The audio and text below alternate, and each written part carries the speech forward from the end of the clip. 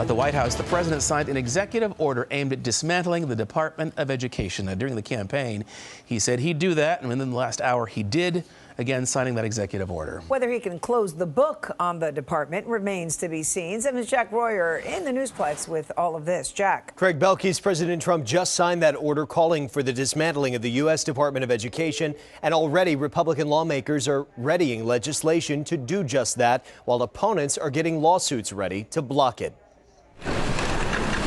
Surrounded by school children, President Trump signed an executive order aimed at dismantling the U.S. Department of Education. While shutting it down requires an act of Congress, the president's pen effectively kneecaps the organization by slashing staff and reducing its power. And it sounds strange, doesn't it? Department of Education, we're going to eliminate it, and everybody knows it's right. And the Democrats know it's right, and I hope they're going to be voting for it because ultimately it may come before them, but everybody knows it's right. And we have to get our children educated. Florida Governor Ron DeSantis seated in the second row for the announcement. For years, Trump has criticized the Department of Education as wasteful and, in his eyes, filled with liberal ideology. This morning, White House Press Secretary Caroline Leavitt on Fox News citing poor testing grades as another factor in the president's choice. President Trump is not failing America's children. He is saving America's children. But employees and supporters of the department don't see it that way. Save our schools. It's going to have enormous consequences to families across the country. Is this the first step on the road to a total shutdown?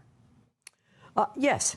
Actually, it is. McMahon, the new Secretary of Education, began overseeing a massive reduction in the department. Some 1,300 workers were told they would be out of a job. A senior administration official says funding for students with disabilities in low-income schools won't change. Legal challenges are already in the works, but local educators also warning about the harm reductions alone could cause for Americans. Here in Florida, there are literally over 1 million kids who benefit from the programs that come through the U.S. Department of Education. Students with special needs, students who live in poverty.